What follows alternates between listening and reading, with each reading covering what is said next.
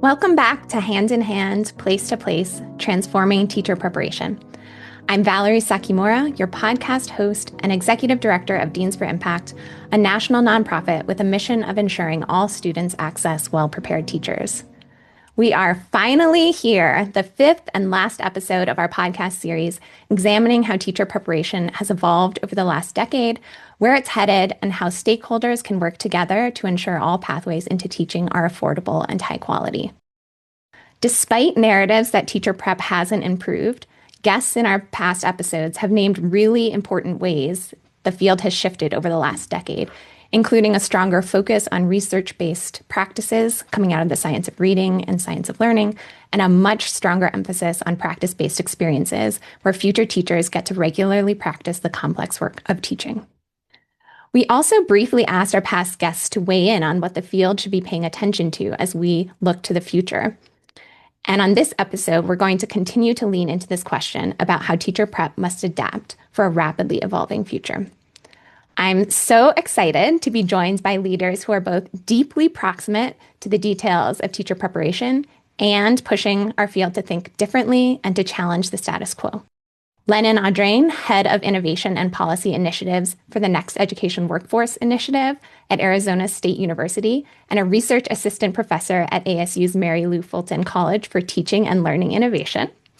Sarah Johnson, the President and CEO of Relay Graduate School of Education and Teaching Lab. And Jim Meadows, Dean and Director of Educator Career Pathways Center at the Washington Education Association.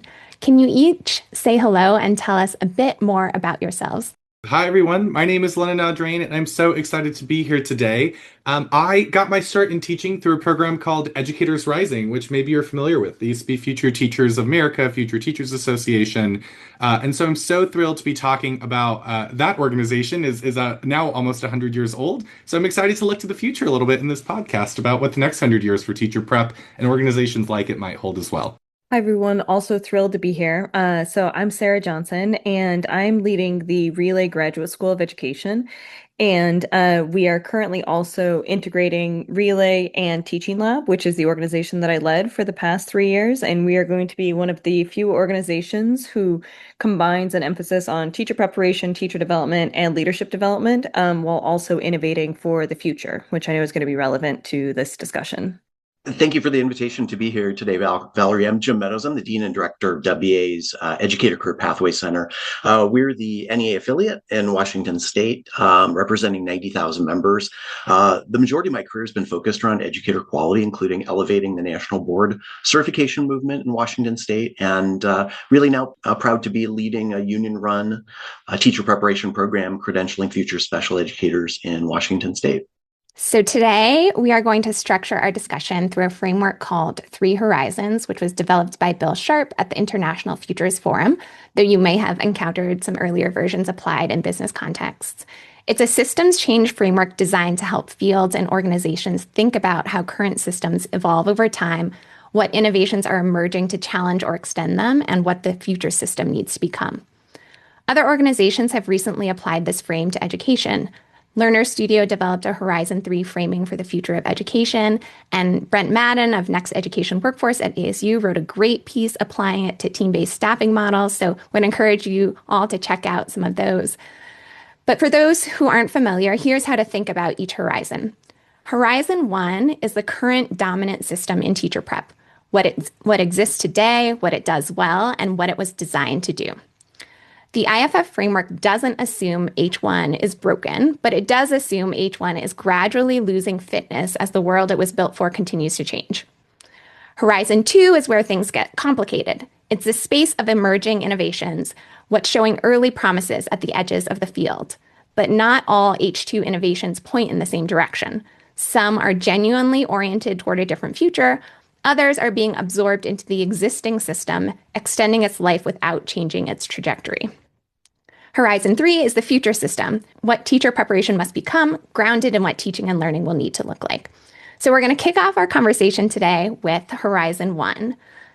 One of the risks in a moment like this, where there's real pressure to change quickly, is that we discard things that are actually working before we've understood why they work. So let's start there. What aspects of teaching and preparing teachers are genuinely working right now and worth actively carrying forward?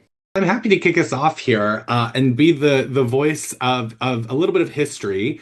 I think before we race towards the next innovation, we owe it to ourselves to really sit, not with just, the history of education, but particularly with the history of teacher education. And there are lots of good books out there on the history of teacher education. But a lot of what we are really excited about that we keep trying to push towards Horizon 2 on has actually been tried before. And I'll hit on paraprofessionals as a really perfect example of this. In the 60s and 70s, education made a real genuine commitment to increasing the number of people in schools through these community-based roles called paraprofessionals. But their role was never, and the design of the role was never meant to just be a community-based role. It was actually an effort to eventually usher them into the teaching profession. Said differently, teacher ed was supposed to change to enable those folks who were in the field to actually become teachers. And so now here we are, 2026. We have apprenticeships for paraeducators, which is enormous. It's an enormous push on teacher education programs, on policy, but we still haven't realized the vision that was articulated 50 years ago. And so one thing I think is we're thinking, and you alluded to this in your tee off to this question, is to carry forward a humility about the timelines and the compression that we're under. The other thing that I'd carry forward really is just an emphasis on relationships and on understanding how learners actually develop. As a faculty member in a teacher education institution, I don't necessarily think we focus enough on the science of learning and development. And I think that challenges that we in teacher education sometimes also let the relationship focus of the science of learning and development emphasize and crowd out the other things like the science of learning. So the work ahead, I think, in Horizon 2 is going to be creating enough room for all of these pieces, the history and also the science of learning and development to coexist at the same time. Lennon, thank you for kicking us off in the conversation. As you were talking, it reminded me when I started teaching in the early 1990s, and it was after the Nation at Risk report in the mid 80s that was, just instituted a sea change of policy and conceptual action to update the profession for challenging times. And I remember, like as an early career educator, we really wrestled through student learning standards as a state in Washington State. And ultimately the classroom and with our school districts, and that evolved. The parallel conversation with that was the evolution of standards for the teaching profession, and every state, in some degree, really delved into creating high standards for the profession. At the same time, the National Board for Professional Teaching Standards codified them at an accomplished level nationally. And I think there's a really important work that began in that period and has continued on that we can't let go of. I really see standards as the conscience of policy systems that help ensure that the pathways into teaching, even though they may look different and are increasingly different, are grounded in those high standards for content, pedagogy, and content pedagogy.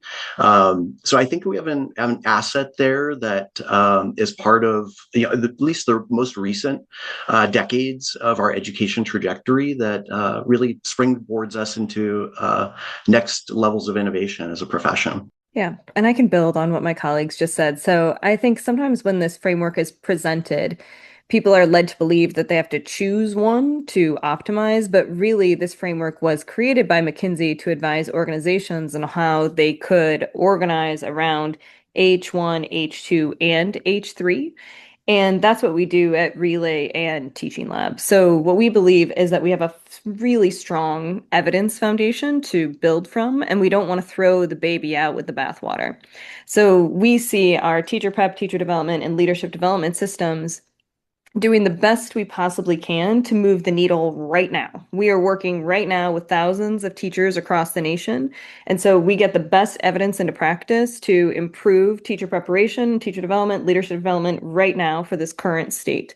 Simultaneously, we have an innovation studio that I think is more focused on H2 and H3 type of work. And when you're focused on innovating for the future, the benefit of having a developmental infrastructure that is working with the here and now is that once you have some models for the future, you can quickly start creating that connective tissue between your H1 work and your H3 work. And so over time, what I hope is that Relay, for instance, becomes the most innovative teacher prep program because we've been imagining those future models for a long time. And that's a perfect leap into the next question, Sarah. So let's talk about H3. What do we envision for the future of teacher prep? If we fast forward 10 years or 20 years, what do we think teacher prep should look like? Recognizing that we're preparing teachers for classrooms and schools that could look quite different to the ones that we see now. What does teacher prep need to start experimenting with today, even imperfectly, to have any chance of getting there? Yeah, so I think there are three ways to think about this. What do you ultimately want the K-12 student experience to look like? What do you want the teacher preparation experience to look like? And then what do you think like the world is going to look like in 10 years? And that, applies to the student experience and the teacher experience.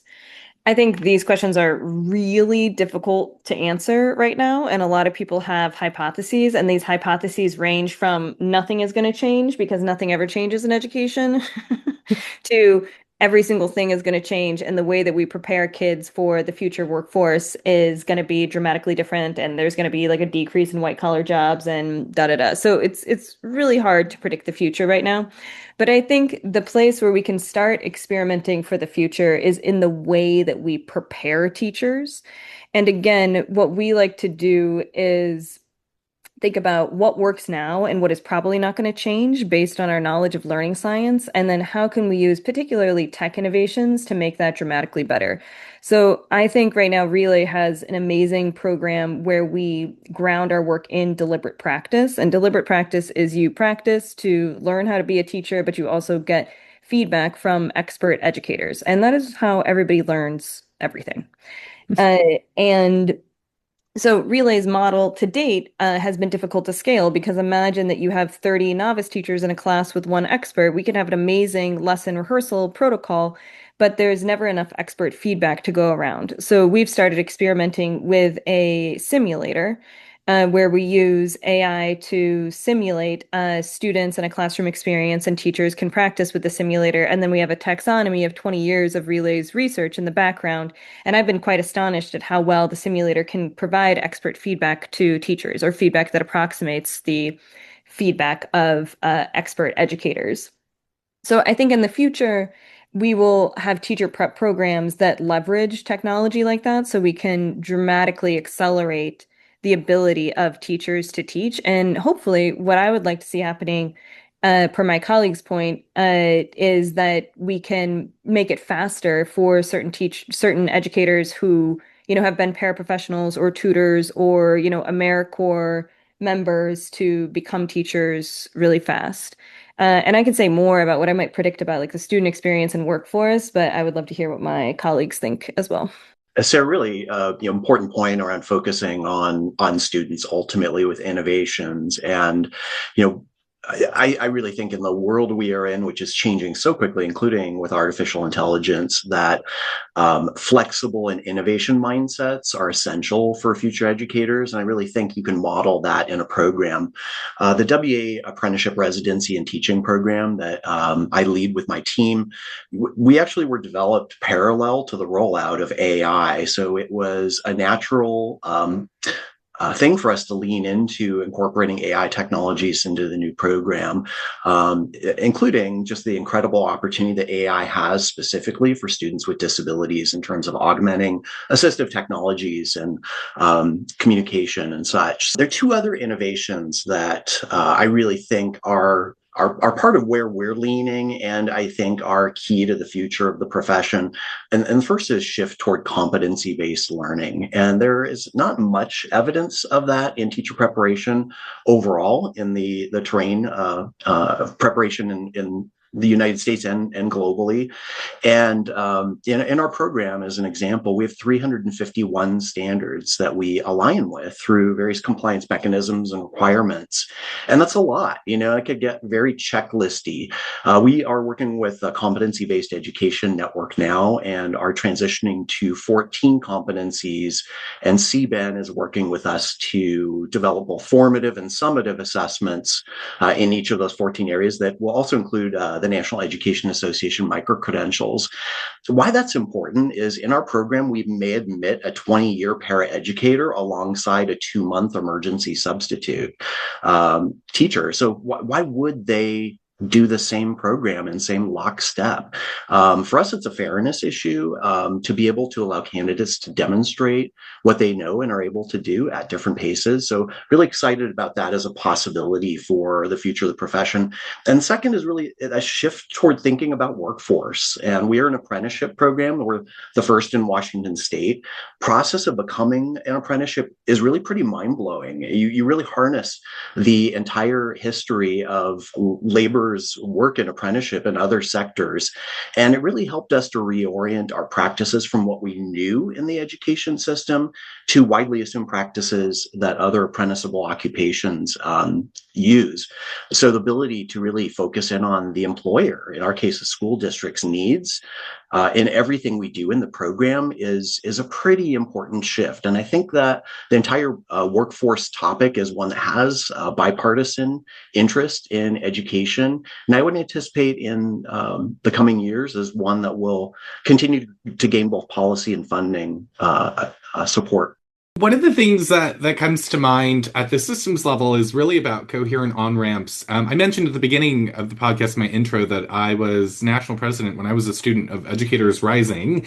And I actually ended up teaching that class years later in high schools here in Arizona, which is essentially a teacher academy class. Teacher academy classes are also not new. They have their own history.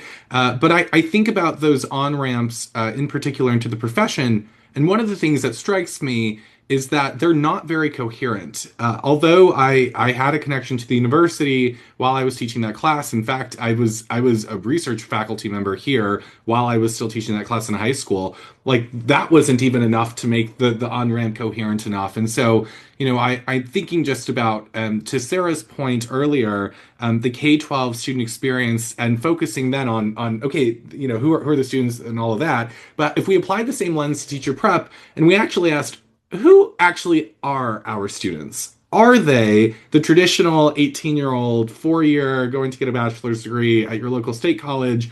Or is actually the majority of teacher prep something different? And if we started from that point, we might build our teacher education systems differently. The other piece of this is, of course, right, as a researcher, I'm always interested in the investment made in both recruitment programs and preparation programs, and how those investments then change the trajectory of who enters the profession. A lot of preparation we provided around data-driven decision-making for educators, both the collection of information and the analysis, and of course, mostly what we teach in our teacher prep programs has really been episodic. It's really been just a snapshot of data in time. And we try to teach teacher candidates to tie trends over time. And now we actually have a technological infrastructure that can do that.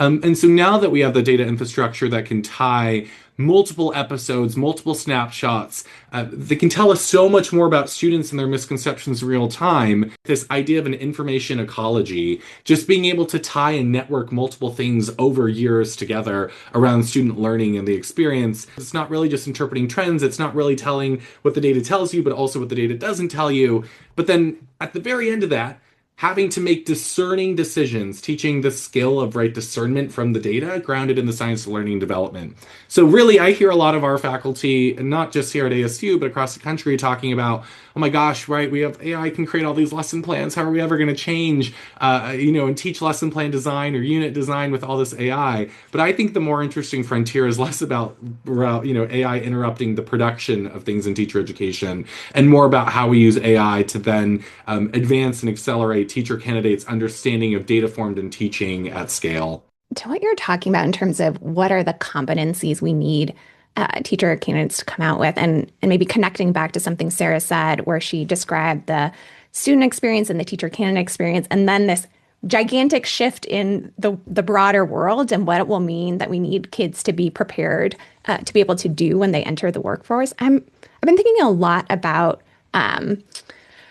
some of the conversation around the need for kids to be flexible thinkers and creative and critical thinkers and adaptable. And what does it look like to have teachers who are really, really exceptional at supporting students to develop those things? And then what does that mean that teacher preparation needs to look like, or how it would need to shift? So we began naming some of the examples that I think are H2 examples getting to H3, the future we described. But I'd love to hear if there are other emerging things you all see in teacher preparation today, specifically as you think about those H2 examples, how well they're actually pointed in the right direction. Are they things that are going to need to shift in order to get us to H3, or are there some innovations happening right now that are actually solving yesterday's problems? One of the things that I think about firstly is that in a framework that talks about H3, it's okay to be H2.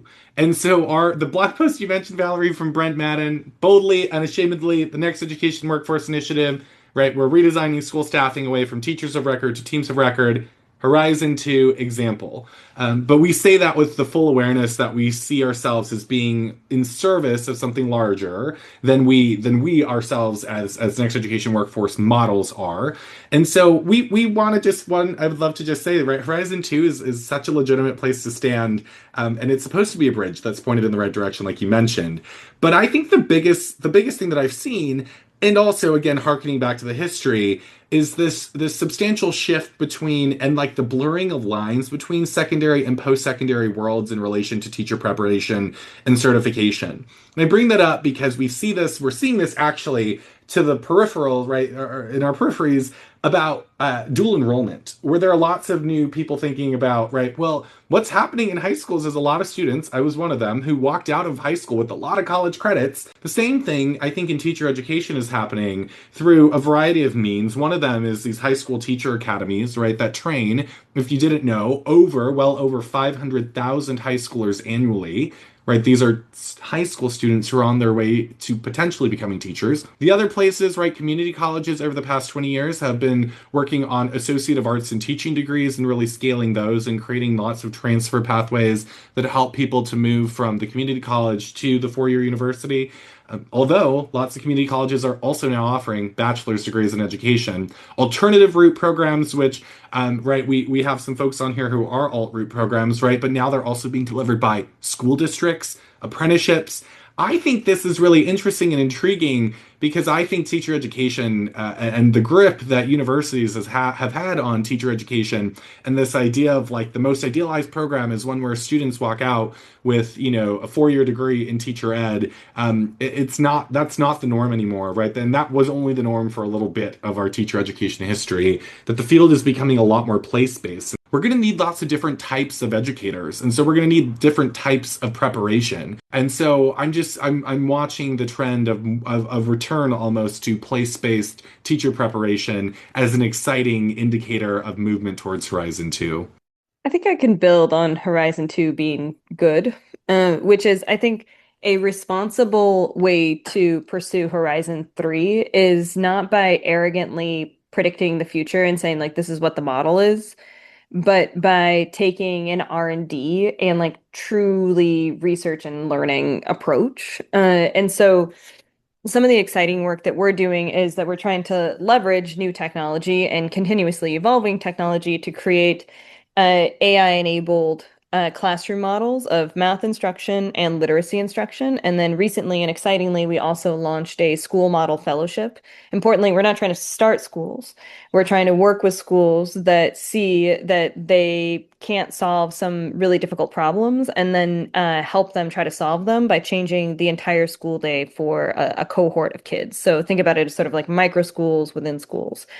And one of the biggest problems that we have in education is that even in the highest performing schools in the nation, you've always got some percentage of students that just sort of like never catch up.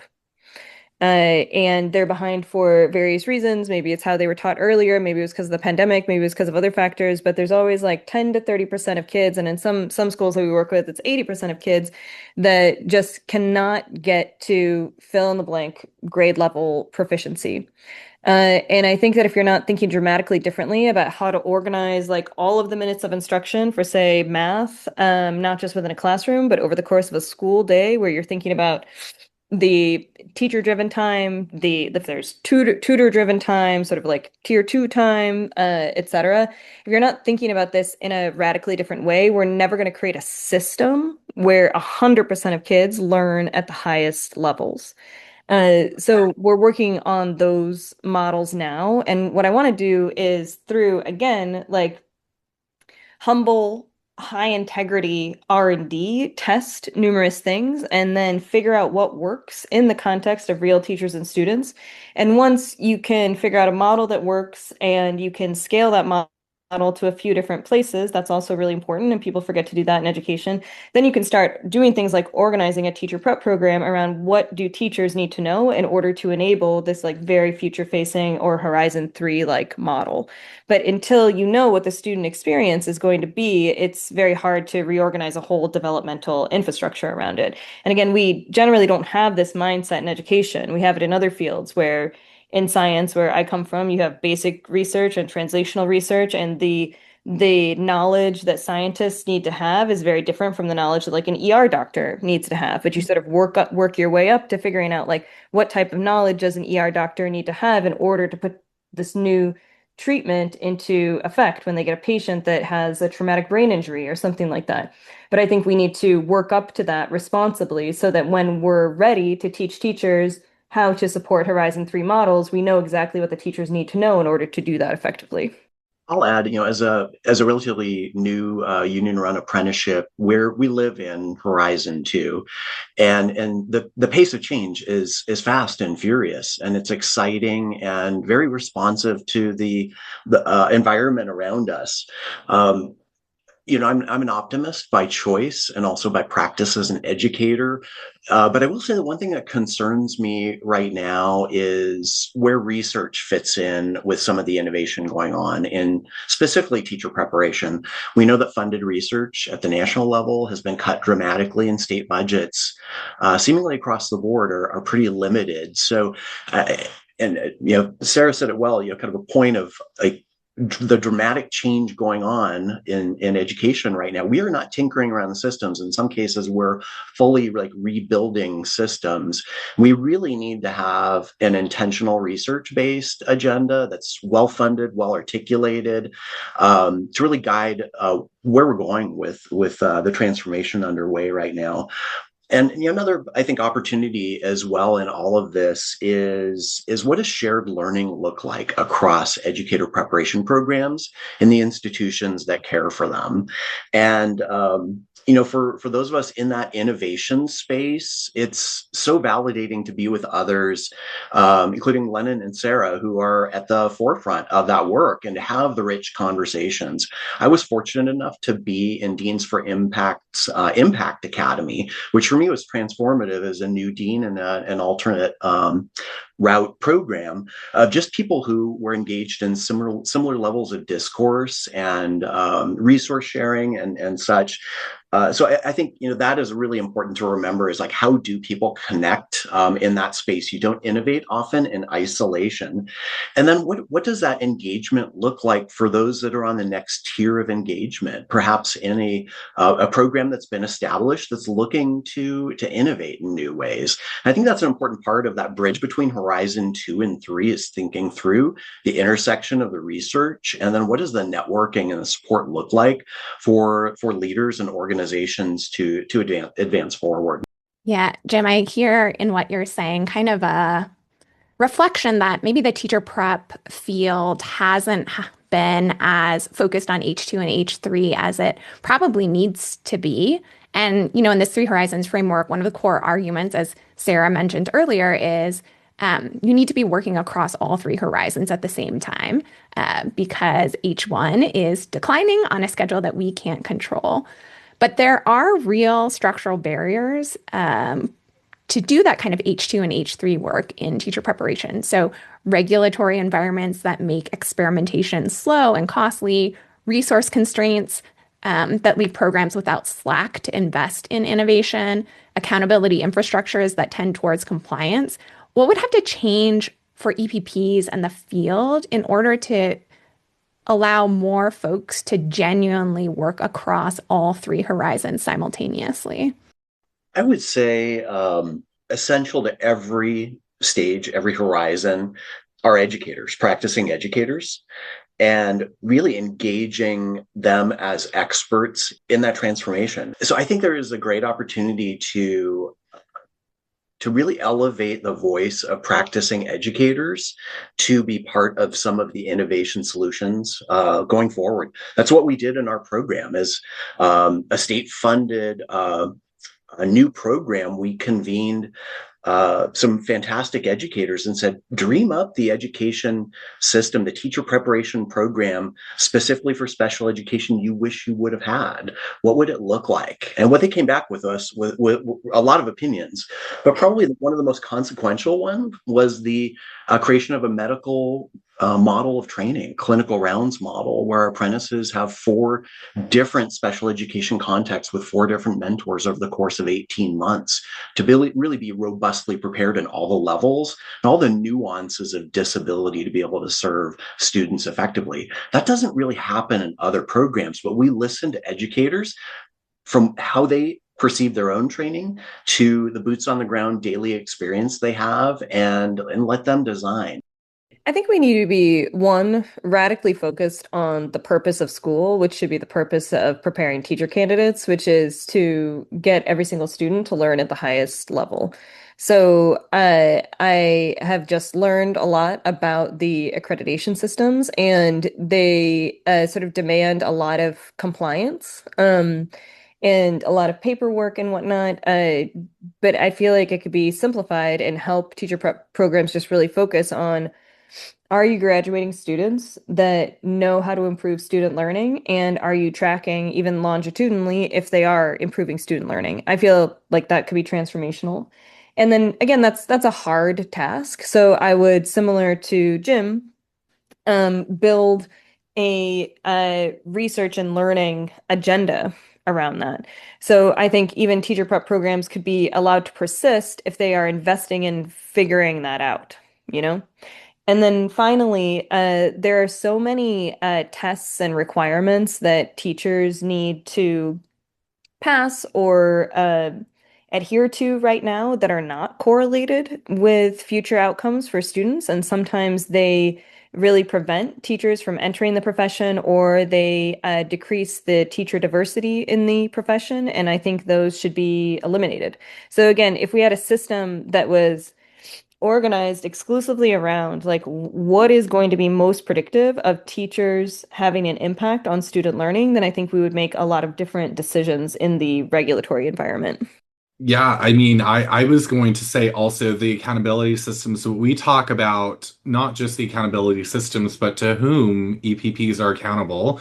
And again, using the context of the university, right? We have, of course, accreditors, depending on what state you're in Arizona. We don't necessarily have an accrediting body. We don't have to do any accreditation for us to be an EPP. But I'm also thinking about state certification boards. Then complicate it too with the university structures that we have here around degree requirements, our district partners, our federal reporting. And so EPPs are answering to a lot of systems at once. And what happens, I think, is also a fragmentation of ownership around the outcomes of EPPs, right? Everyone is becoming a data producer for everyone else's accountability needs. So there's a lot of data flowing out, and then people are managing just a whole ton of compliance. The Horizon 1 question asks something like, candidates, did they pass licensure? Also, what were their demographics? And yes, we need that information, but we also need, and we have the ability to have, right? I think this is also the piece. Horizon 2 isn't this far off, also, technologically impossible solution. We have that kind of data infrastructure now. And so I think we just have to be thinking not just about the accountability systems, but to whom EPPs are accountable as we start to move through the different horizons simultaneously. There are so many interesting threads from this conversation and things that feel kind of possible and immediate, and then big system shifts that we've just been talking about. But I want to make sure that we can leave our listeners with one tangible takeaway that they might actually be able to take action on in the near future. So I'm going to ask each of you to help us close out. What is one concrete action you would urge EPP leaders, policymakers, or funders to take in the next 1 or 2 years to make sure that the future we've imagined or are thinking about actually gets built? For me, I think it really is the data infrastructure. It's a little bit of a hitting question, but are we preparing the teachers in the right areas for the right things? And without sort of like a workforce immediately, right, like a workforce dashboard, we are more beholden, I think, sometimes to the university logic around enrollment and right, increase enrollment. Period, right? Without thinking about the workforce logic was, are we increasing enrollment in the right areas? The data infrastructure to actually say, what does the workforce need right now? And then how do we as a prep program respond to it is really the biggest concrete action. And I think for us, really, some of that is permission from university leaders who kind of understand that teacher education that exists at universities fits into a unique position in terms of workforce supply and demand, but also in terms of preparation and programmatic needs. So I'm going to merge two ideas into one. I really think teacher preparation leaders, policymakers, all those who care about the profession and for students really have to embrace an innovation mindset as if the future of the profession depends on it, because it does. Like, it really is. I think we are at that turning point for the profession.